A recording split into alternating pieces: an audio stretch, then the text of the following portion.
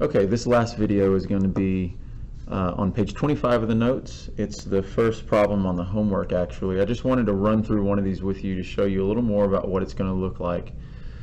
So this one says the pitcher can throw a baseball such that it will leave his hand at 90 miles per hour. And ordinarily when we see miles per hour, we want to know that that's got to be converted to meters per second.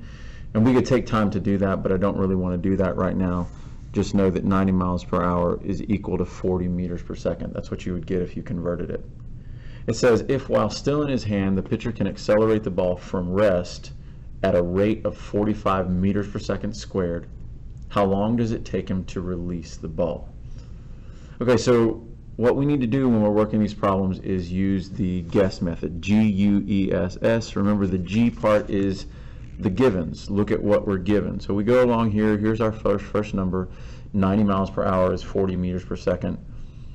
That's one of our givens. It also says release the ball from rest. Remember, not all of our givens are always going to be given in the form of a number. This phrase from rest you need to learn to recognize, because it means the ball starts at rest. The velocity is 0 if we're at rest. And since it starts from rest, that means that's the initial velocity. And that makes this over here the final velocity. Remember, now that we're dealing with acceleration, there's not only one velocity, but there's actually two, because the velocity is changing. Accelerates at a rate of 45 meters per second squared. That is the acceleration, and I know that because meters per second squared is the unit. And it says, how long does it take him to release the ball? We're looking for time. So G, let's go ahead and list our givens. We said the initial velocity right here was 0. We said the final velocity is 40 meters per second. And they gave us the acceleration of 45 meters per second squared. The G stands for the unknowns. That's just basically what they're looking for. And the unknown that they're looking for here, they already told us, is time. How long does it take to release the ball? The next in the guess method is the E. E stands for equation. It's easy right now because we only have one. It's the acceleration equation that we've learned today.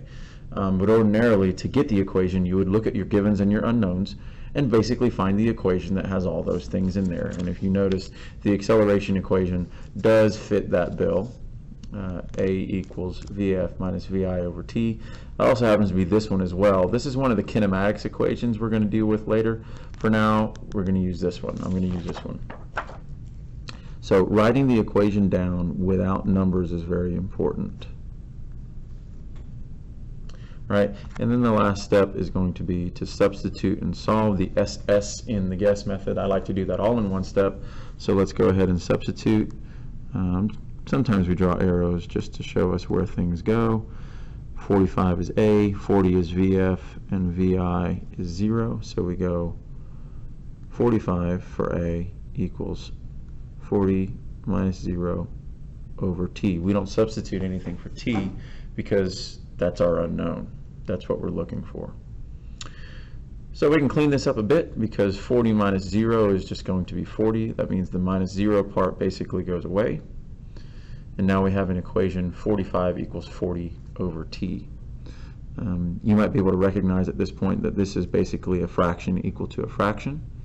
And when you do that, you can always cross multiply. But the cool thing, remember I taught you this last week or 2 weeks ago, when we have a fraction equal to a fraction and we're solving for the one in the denominator, the shortcut to cross multiplying is that these two variables, these two numbers, simply switch places.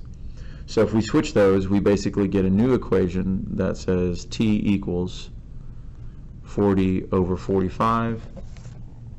And that just got real easy because 40 divided by 45 gives us 0.888 or 0.89.